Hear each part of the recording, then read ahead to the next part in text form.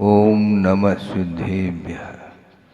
नमः श्री वर्धमानाय निर्धूतकलिलात्मने स्वालोकानां त्रिलोकानां यद्विद्यादर्पणायते।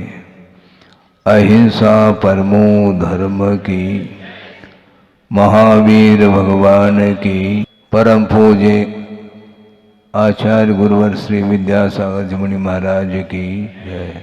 बोलिए परम पूज्य आचार्य 108 श्री समय सागर जी महाराज की, समस्त आचार्य संघ की। शुद्ध परमात्म तत्व को प्राप्त करने के लिए आलम्बन लिया जाता है। प्रत्येक संसारी प्राणी अपने अपने इच्छित वस्तु को प्राप्त करने के दृष्टि से भिन्न भिन्न वस्तुओं का अवलंबन लेता है। तो मोक्ष प्राप्त करने के लिए किसका अवलंबन लेना, प्रश्न तो है। जो संसार के लिए कारणभूत वस्तु हैं उनका आलम्बन लिया नहीं जा सकता। जो स्वाधीन सुख है उसको प्राप्त करने के लिए जिन्होंने प्राप्त किया है उनकी आराधना, उनकी उपासना, उनकी पूजा, उनकी भक्ति की जाती है। उनको छोड़ करके दुनिया में कोई वस्तु नहीं जो शुद्ध परमात्मा तत्व को प्राप्त करने के लिए साधनभूत हो। इसलिए जिसका जो लक्ष्य होता है उसके अनुरूप ही वह उन वस्तुओं का जो कारण के रूप में है उसका आलम्बन लेता है। समझने के लिए छोटा सा बालक है, नवजात शिशु है, और वह किसका आलम्बन ले रहा है? पिता का नहीं, माँ का आलम्बन लेता है। उनके माध्यम से उसकी इच्छित वस्तु उसको प्राप्त हो जाती है। कोई विद्यार्थी है, विद्याध्ययन करना चाहता है, वह गुरु का आलम्बन लेता है। चाहे वह लौकिक ज्ञान हो अथवा परमार्थ संबंधी हो, गुरु का आलम्बन लिया जाता है। किसी को रोग हुआ है, उस रोग से निवृत्ति पाने के लिए औषधि लेना तो है, किंतु वैद्य का आलम्बन ले लेता है। कोई तैरना चाहता है अथवा नदी को पार करना चाहता है, तो नदी को पार करने के लिए तैरने की कला चाहिए। मान लो नहीं तैरना जानता है तो वो किसका आलम्बन लेता है? नाव का लेता है। अथवा तैरना सीखना चाहता है तो उसके लिए नाव के द्वारा तैरा नहीं जाता है, नहीं। जो स्वयं नाव में बैठ करके आप पार हो सकते हैं, किंतु नाव नहीं है और पार होना है तो भी आलम्बन लेता है। किसका लेता है आपको ज्ञात नहीं है। एक तुम्बी है और वह सूखी हुई तुम्बी, वह न स्वयं जल में डूबती है न दूसरे को डुबोती है। तो उसको कमर में बांधा जाता है और नदी में प्रवेश किया जाता है, तो वह पार करने में वह सहयोग प्रदान उसके द्वारा होता है। तो इस प्रकार भिन्न भिन्न कार्य है जिसके लिए सहयोग प्रदान करने वाले भिन्न भिन्न पदार्थ हैं। तो आप भव समुद्र से पार करना चाहते हैं तो उसके लिए किसका आलम्बन लेना, किसकी शरण जाना, यह महत्वपूर्ण विषय है। संसारी प्राणी चाहता तो मोक्ष, किंतु आलम्बन किसका लेता है? वो पंच परमेष्टि का ही आलम्बन लेना चाहिए, क्योंकि जो अविनश्वर सुख है उसको प्राप्त कराने में बहिरंग निमित्त के रूप में पंच परमेष्टि हैं, उनकी आराधना करो। वस्तुतः जो पदार्थ नित्य नहीं अनित्य है, तो अनित्य के शरण क्यों जाता है? नित्य हो तो उसका शरण ले लो। नित्य क्या है? मोक्ष, वह नित्य है। और संसारी प्राणी संसार में वह रह रहा है, और वह संसार कैसा है? वो अशुभ है, शरण लेने योग्य नहीं, नित्य नहीं, और वह दुखरूप है। और ठीक इससे विपरीत स्वरूप को लेकर के मोक्ष तत्व सामने आता है। तो जिसको प्राप्त करना है तो उसके योग्य साधनों का आलम्बन लेना ही हमें श्रेयस्कर है। और ये ज्ञान कहाँ से प्राप्त होगा? यह ज्ञान आगम से प्राप्त होगा।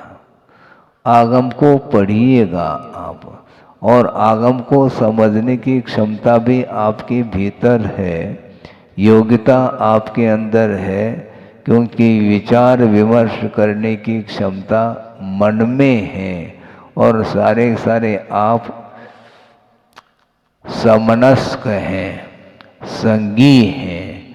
तो ऐसी स्थिति में उस मन का उपयोग तो करो। और मन है क्या वस्तु?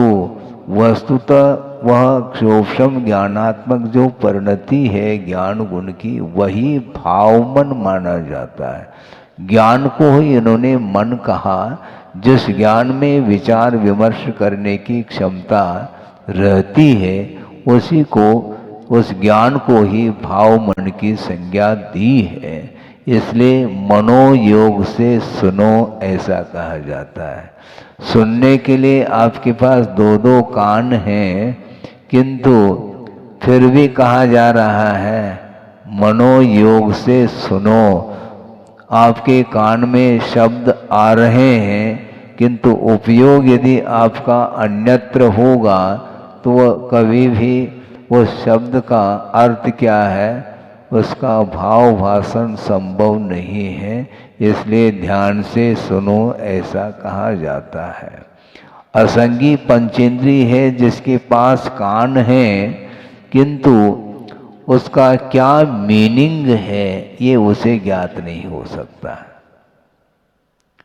वो आवाज तो आ रही है, किंतु उस आवाज के माध्यम से वह अर्थ तक पहुंच नहीं पाता, उसे ज्ञान नहीं होता। किंतु जिसके पास विचार करने की और वचनों को ग्रहण करने की क्षमता जिसके अंदर है, वही वस्तु के स्वरूप को जान सकता है। और मात्र वस्तु के स्वरूप को जानना मात्र पर्याप्त नहीं है। वस्तु के स्वरूप को जान करके जो हमारे लिए जो ग्रहण करने योग्य जो पदार्थ है, उसी को ग्रहण करना है। बाहरी वस्तु को ग्रहण नहीं करना। फिर क्या करना महाराज? ग्रहण करने योग्य क्या है हमें बता दो आप। ये भी नहीं मालूम, जबकि मति बुद्धि आपके पास भी है, ग्रहण करने योग्य केवल आत्म तत्व है। अपने को छोड़ करके अन्य तत्व हमारे लिए ग्रहण करने योग्य नहीं है अथवा वह प्राप्तव्य नहीं है। उस आत्म तत्व को प्राप्त करने के लिए कुछ साधन सामग्री हो सकती है, वह हमसे भिन्न हो सकती है, उसको हम साधन के रूप में ही स्वीकार करें, किंतु वह प्राप्त करने योग्य वह वस्तु नहीं है। आपको क्या प्राप्त करना? स्वास्थ्य प्राप्त करना है मान लो, तो स्वास्थ्य आपके लिए क्या साध्य है? उस साधन क्या है? औषधि है। स्वस्थ होने के बाद भी औषधि लेते हैं आप? नहीं लेते ना, क्योंकि औषधि से तो ठीक हुआ, स्वास्थ्य ठीक हुआ बस पर्याप्त है, उसके बाद औषधि नहीं ली जाती। उसी प्रकार ये मार्ग है, जब तक मंजिल नहीं मिलेगा तब तक मार्ग का आलम्बन लिया जाता है, हमेशा के लिए मार्ग का आलम्बन लिया नहीं जा सकता। शुद्ध अवस्था जब तक प्राप्त न हो तब तक मार्ग के ऊपर हमेशा हमें चलना आवश्यक होता है। आप यहाँ से दिल्ली जाना चाहो, मान लो ट्रेन से जा रहे हैं, ठीक है, लेकिन स्टेशन पर दिल्ली उतरना पड़ेगा। नहीं, ट्रेन के माध्यम से आए हम ट्रेन नहीं छोड़ेंगे, ऐसा थोड़ी है। ट्रेन तुम्हारी है क्या? उसका तुम उसके स्वामी हो गए क्या? नहीं, वो एक साधन था, उसके माध्यम से उस दूरी को तय किया और प्रयोजन आपका था दिल्ली जाने का, जो भी प्रयोजन हो उसके लिए वह साधन उसको अपनाया है। इसी प्रकार मोक्ष मार्ग में जो साधन सामग्री है उसके माध्यम से उस शुद्ध परमात्मा तत्व को प्राप्त करने का लक्ष्य होना चाहिए। तो ये जितने भी इंद्रिय हैं, मन है, ये सारे सारे साधन के रूप में हैं और इसका सदुपयोग करते हैं तो वह साधन माने जाएंगे। यदि सदुपयोग नहीं करते हैं तो उसके माध्यम से कोई भी प्राप्त होने वाला नहीं। इसको समझना है। वो समझ में बात जल्दी नहीं आती, पता नहीं क्यों नहीं आती, जबकि मन आपके पास है। ये कैसे जानते हैं? भोजन करने से भूख मिट जाती है और जलपान करने से प्यास बुझ जाती है। तो इसी प्रकार रत्नत्रय के आराधना के माध्यम से मुक्ति मिलती है, बंधन से हम मुक्त होते हैं, इतना मात्र परिज्ञान होता है। और इतना ज्ञान होने के उपरांत वह चल पड़ता है। जो है अर्थात छोड़ने योग्य जो पदार्थ है उसको छोड़ करके, क्योंकि वह हमारे लिए कारण नहीं है, वह साधन नहीं है, बल्कि लक्ष्य तक पहुंचने के लिए व्यवधान उपस्थित करने वाली वह सामग्री है, इसलिए वो छोड़ने योग्य है। उसको छोड़ करके जो प्राप्त करने योग्य तत्व है उसको प्राप्त करने के लिए जो भी साधन आगम में लिखा है उन साधनों का आलम्बन ले लो, बस और कुछ भी मुझे नहीं चाहिए। और जल में मीन प्यासा बोल रहे हैं। अरे ये हमें बात समझ नहीं आती थी पहले, आप समझ में धीरे धीरे आने लगी। जल में रहे वो मीन और प्यासा, इसका अर्थ क्या होता है? प्यास कहीं अन्यत्र से बुझेगी क्या? उसी प्रकार आपके पास ज्ञान है और फिर भी आप सुख को ढूंढ रहे हैं बाहर। दुकान चले जाओ, वहाँ पर सुख में जो चले 5 किलो सुख चाहिए है, वो सोचोगे ये क्या हो, ये कौन सा ग्राहक आ गया है, क्या हो गया इसको, ग्वालियर ले जाओ, पागल तो नहीं हुआ ये है? 5 किलो हमें सुख चाहिए, ये क्या सुख है भैया? सुख को प्राप्त करने के लिए सामग्री मिल सकती है, भूख शांत करने के लिए भोजन सामग्री तो मिल सकती है, किंतु उसके माध्यम से सुख उत्पन्न होगा। तो ज्ञान के माध्यम से सुख उत्पन्न होगा, किंतु वह ज्ञान भी समीचीन होना चाहिए। अभी चर्चा चल रही थी महाराजों के बीच में कि वस्तुतः ज्ञान और चारित्र का मूल्य क्या है। यदि सम्यक दर्शन नहीं है तो उस ज्ञान और चारित्र का कोई भी महत्व नहीं है, क्योंकि सम्यक दर्शन के अभाव में, आस्था के अभाव में वह ज्ञान और चारित्र मोक्ष मुक्ति दिलाने में सहायक सिद्ध नहीं हो सकता। इसलिए आस्था को जागृत करने की आवश्यकता है। और किसके प्रति आस्था रखना? देव, शास्त्र और गुरु के प्रति। उसमें किसी भी प्रकार से तर्क के लिए गुंजाइश नहीं है, क्योंकि आगम, देव अथवा गुरु कभी भी आपका अहित नहीं चाहते हैं, वो हित ही चाहते हैं। इसलिए उन्होंने जो कहा उसको बिल्कुल स्वीकार करो, भले ही आपको उसका ज्ञान हो अथवा न हो, किंतु श्रद्धान करेंगे और उसके अनुरूप कदम बढ़ाएंगे तो निश्चित रूप से हमें मुक्ति मिलेगी। इसी का नाम सम्यक्त्व है और आस्था है। आस्था के साथ चलिए। नास्ता के प्रति तो आस्था है, किंतु मार्ग के प्रति आस्था होनी चाहिए। सुबह होते ब्रेकफास्ट, वो फास्ट ही है, वो ब्रेक लगता ही नहीं हो उसके लिए, प्रतिदिन उठते ही ये कार्य होता है। हाँ, फिर बाद में दुकान खुल जाती है। ये सब, ये इसके प्रति जैसे रुचि है, उसी प्रकार देव, शास्त्र, गुरु के प्रति आस्था जागृत होनी चाहिए। और ये बहुत दुर्लभ वस्तु है। बार बार कहने के लिए तो वही है। अब प्रतिदिन एक एक घंटा क्या है यहाँ पर, कहाँ से लाएं आपके लिए। और वर्तमान में जो कुछ भी क्षोभम है अल्प मात्रा में है, बहुत लंबा चौड़ा श्रुत है, श्रुत का कोई पार नहीं है, ये भी कहा जा रहा है। अंतो नत्य सुदीनम, श्रुत का अंत नहीं। और कालो थो, काल स्तोक है। और वयम च दुर्मेहा, हमारी मति, हम दुर्मेधस हैं, ऐसा कह रहे हैं आचार्य।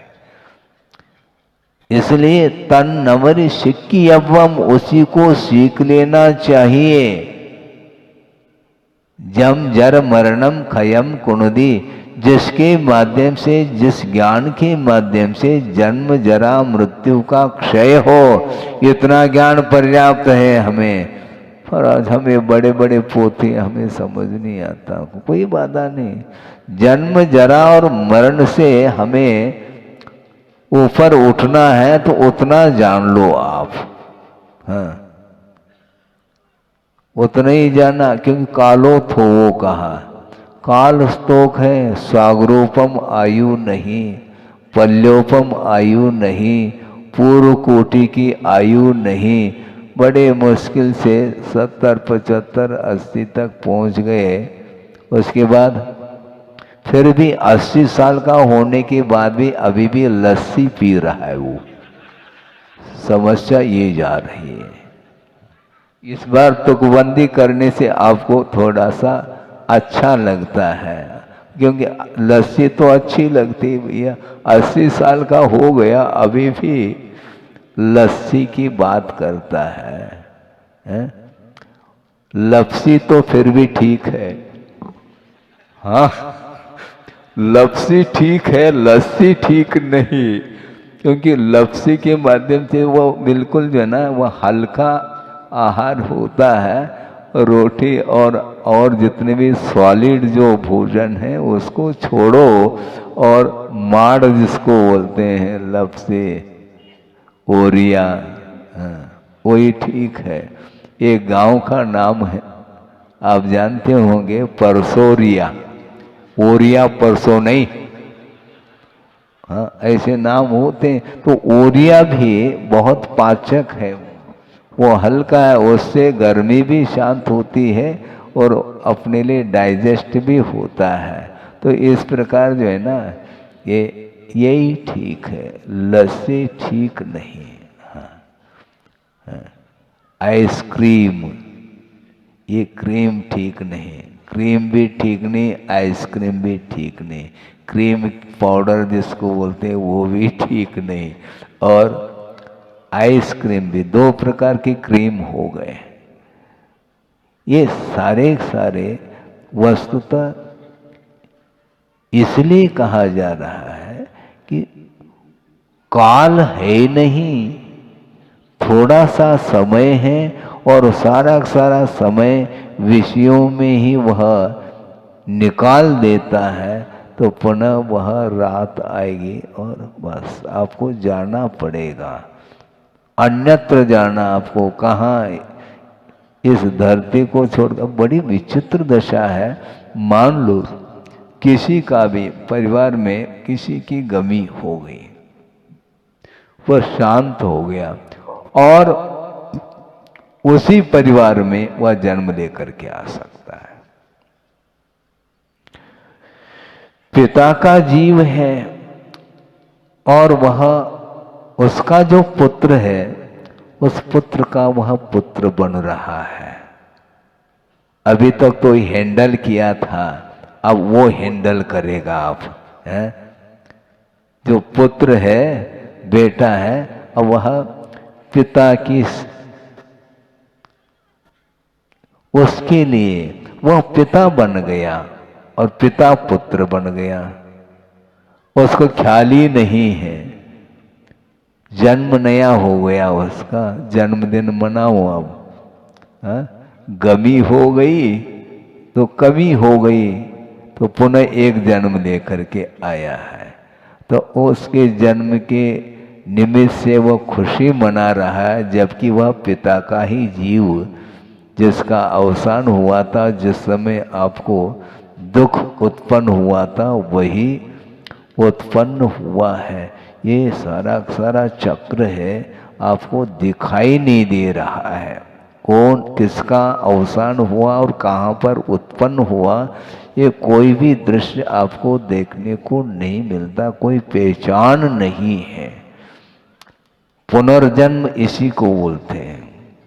जन्म जो होता है, अवसान होने के बाद जन्म होता है, और जन्म होने के उपरांत पुनः उसका अवसान होता है। ये चक्र, यह परंपरा, ये निरंतर चलती आ रही है। इसलिए जन्म, जरा और मृत्यु का क्षय जिसके माध्यम से होता है, उतना ही ज्ञान हमें पर्याप्त है, ज़्यादा ज्ञान की आवश्यकता नहीं है। प्रयोजन भूत तत्व है। आप लोग भी बोलते हैं ना, है? क्या बोलते हैं? आम खाना है कि पेड़ गिनना है? क्या करना है आपको? एक आम पर्याप्त है। और कितने आम लगे कि गिन करके क्या कर लोगे? एक आम खा लो, पेट भर जाएगा तुम्हारा। लेकिन यही है, जो ज्ञान है उसका सदुपयोग नहीं करता, किंतु और के चक्कर में वह सारा सारा समय निकल जाता है। और दूसरी बात, वक्र बुद्धि वाला है, ये भी कहा है आचार्यों ने। ये सीधा सीधा स्वीकार नहीं करता, एक्सेप्ट नहीं करता, वह तर्क करता है, ऐसा क्यों, ऐसा क्यों, ये तर्क क्यों करते हो? जो कहा जा रहा है उसको स्वीकार करो, क्योंकि गुरु कभी भी अहित नहीं चाहते हैं। तो विश्वास रखो और आगे बढ़ो। नहीं महाराज, हम तो कस करके देखना चाहते हैं। हाँ कसो, आप कमर कसो। क्या कसोगे तुम? मैं कस करके देखता हूं। प्रत्येक चीज का स्वाद लेकर के मैं श्रद्धान करूंगा। तो श्रद्धान करने की क्या आवश्यकता है? हम विश्वास कैसे करें महाराज? तो ऐसा करो, जहर पी करके विश्वास कर लेना। क्या करोगे? वो जब तक स्वाद नहीं लेंगे महाराज, हम कैसे कहेंगे कि हमारे लिए ये हानिकारक है? तो पी करके देख लो, देख नहीं पाओगे चले जाओगे आप। विश्वास तो कर लो।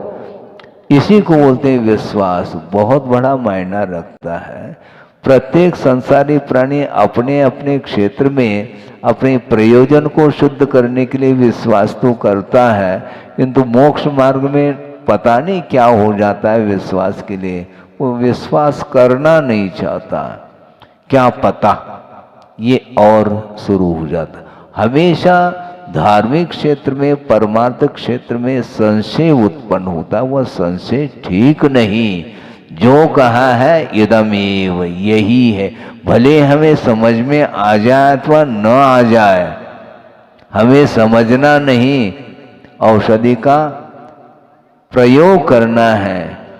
डॉक्टर के सामने वो जैसा कहते हाथ जोड़ करके स्वीकार करते हैं, है ना। यदि पूछेंगे डॉक्टर को, डॉक्टर साहब ये दवाई कैसे बनी,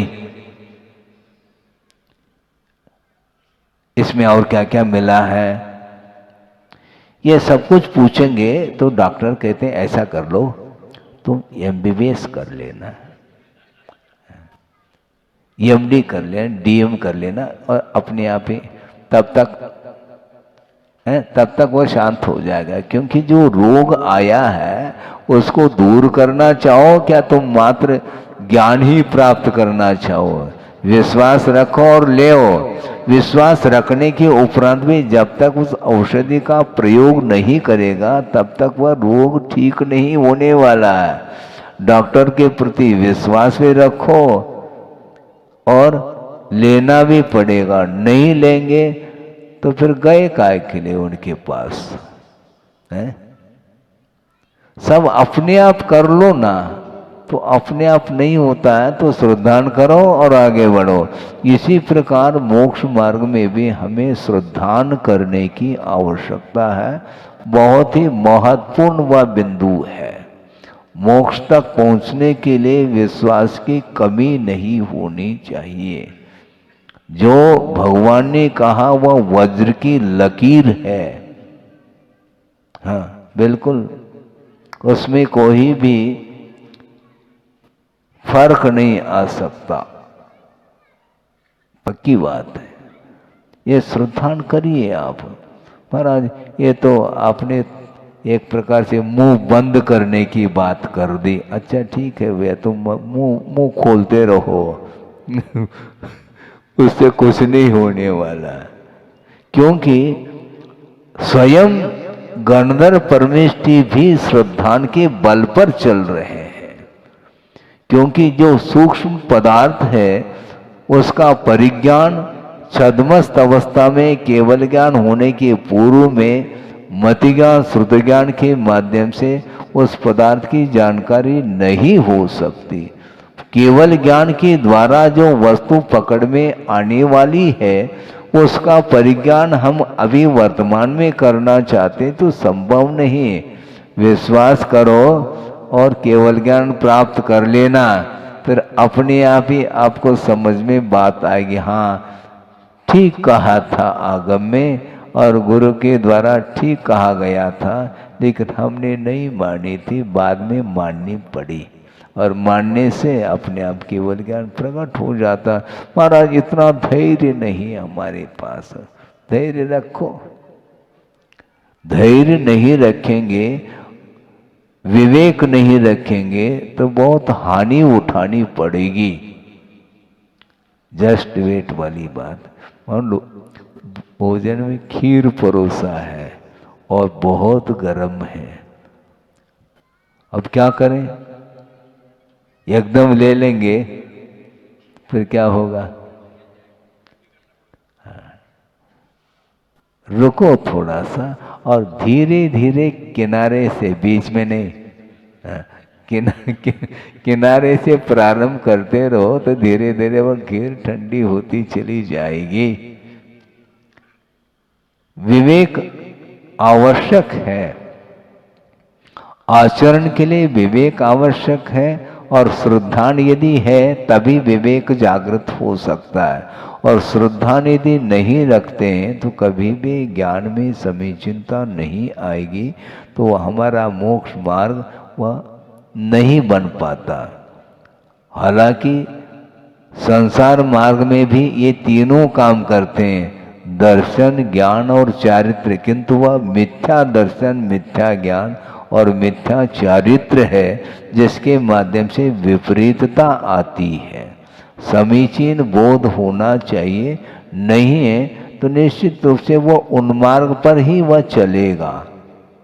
ज्ञान तो है उसके पास किंतु सम्यक ज्ञान नहीं है, समीचीन ज्ञान नहीं है।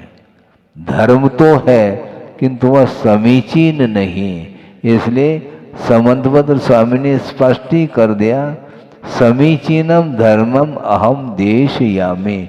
मैं समीचीन धर्म का कथन करता हूँ, प्रतिपादन करता हूँ, जो कि कर्म के विनाशक है। वो कर्म को नष्ट करने वाला वो धर्म है और उसके माध्यम से उत्तम सुख की प्राप्ति होती है। ऐसे धर्म का मैं व्याख्यान करता हूँ, ऐसा स्वयं कह रहे हैं। इसलिए जो आचार्यों ने अपनी परंपरा से जो भी ज्ञान प्राप्त उन्हें है उसको आगम में वो रख रहे हैं, और ये जिनवानी है, जनवानी नहीं। जिनेंद्र भगवान के द्वारा ये कहा हुआ है,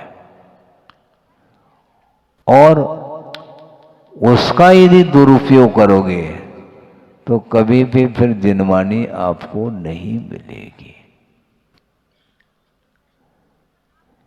एक मराठी की कहावत आपके सामने रखूं, समय आपका हो रहा है, वो तो होगा, दिन होगा तो रात तो आने वाली है, उसमें क्या दिक्कत है। एक दिन आध पौन घंटा प्रतिदिन ये आगम के माध्यम से आप सुन रहे हैं कि एक मराठी की कहावत हमें स्मरण में आ रही है। वो ये है, ऐकावे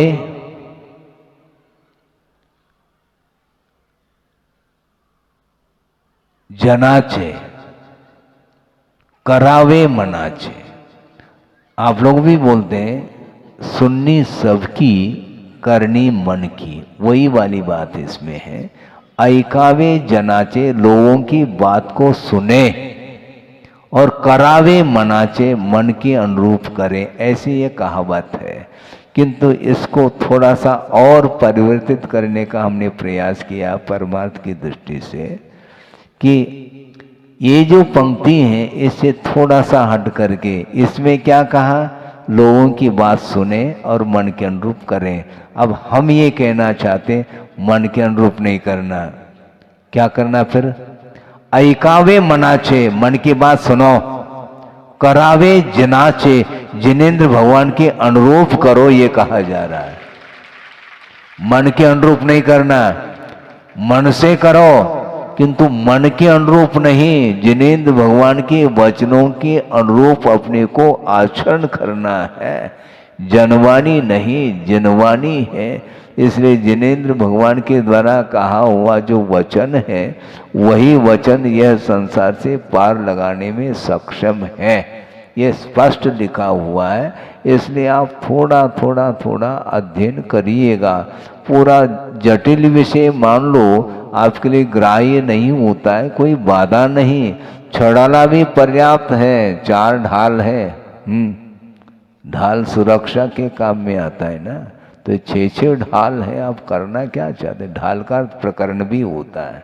तो 6 ढाला में प्रत्येक ढाल में भिन्न भिन्न विषय दिए हैं, तो उसको आप धीरे धीरे, क्योंकि हिंदी तो जानते हैं आप, हैं अंग्रेजी तो है ही नहीं, वो हिंदी में है और उसका व्याख्यान भी है, अर्थ भावार्थ आदि दिया है, उसको आप पढ़िए और परिवार के लिए भी पढ़ाइए आप।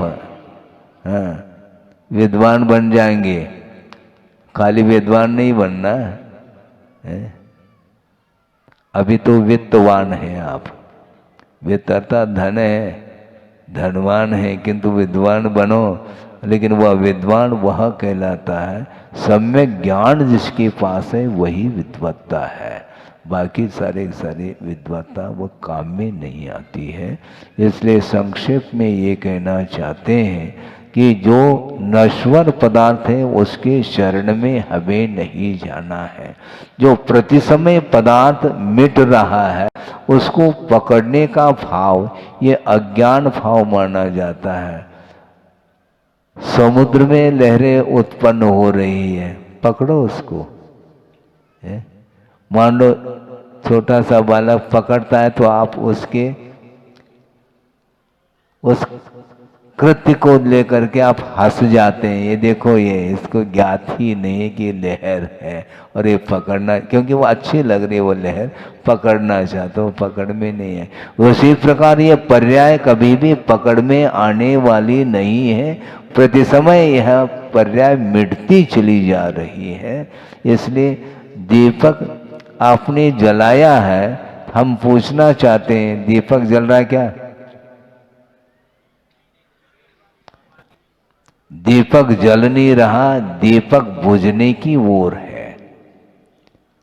तेल जल रहा है, लेकिन बोलने में आता है दीपक जल रहा है। दीपक जलता नहीं, तेल प्रति समय जलता चला जा रहा है, इसलिए वह दीपक बुझने की ओर है। उसी प्रकार आपका जन्म हुआ तो आप मरण की ओर जा रहे हैं। आयु कर्म धीरे धीरे धीरे प्रति समय वह क्षय को प्राप्त हो रहा है। इसीलिए आगमकारों ने स्पष्ट लिखा है, एक मरण वह है जो आवीची मरण बोला। आवीची मरण का अर्थ प्रति समय अवसान हो रहा है, आयु कर्म वह क्षय को प्राप्त हो रहा है। आयु कर्म के ऊपर जीवन चलता है तो प्रति समय आयु कम होती चली जा रही है। कितने साल की उम्र हो गई? 50 की हो गई, यानी 50 साल व्यतीत हुए हैं और जो शेष है वही बचा है, वो भी समाप्त होगा, उल्टी गिनती होगी। उल्टी गिनती होती होती लास्ट में उल्टी हो जाएगी और चला जाएगा, खत्म।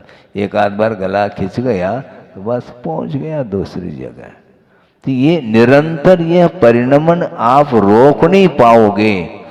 आप बिल्कुल जो है ना लॉकडाउन करके बैठ जाओ अंदर, फिर भी आपका परिणमन रुक नहीं सकता।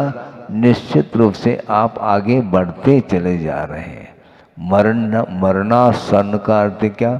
बिल्कुल मरण होने को है, उसी को वो मरणासन, इन्हें मरण के निकट पहुंचा है। निकट तभी पहुंचा है जब उसकी आयु पूर्ण होने को होती है। सूर्य उदित हुआ है, वह अस्ताचल की ओर जा रहा है, वह प्रति समय उसमें गति है। उस सूर्य की गति को आप पकड़ नहीं पाएंगे, इतना स्लो गति है उसमें। और धीरे धीरे धीरे 12 घंटे में वह पूरब से पश्चिम की ओर आ जाता है। उसी प्रकार आपकी ये पर्याय है जो मिली है कर्म के उदय में, और उसका सदुपयोग कर लेंगे तो निश्चित रूप से संसार का अंत हो सकता है। हो इस पवित्र भावना के साथ अहिंसा परमो धर्म की जय। बोधि समाधि परिणाम शुद्धि स्वात्मोपलब्धि शिव शोक सिद्धि चिंतामणिम चिंतित वस्तुदाने त्वा मंद मानस्य ममास्तु देवी। परम पूज्य आचार्य गुरुवर श्री विद्यासागर जी मुनि महाराज की जय।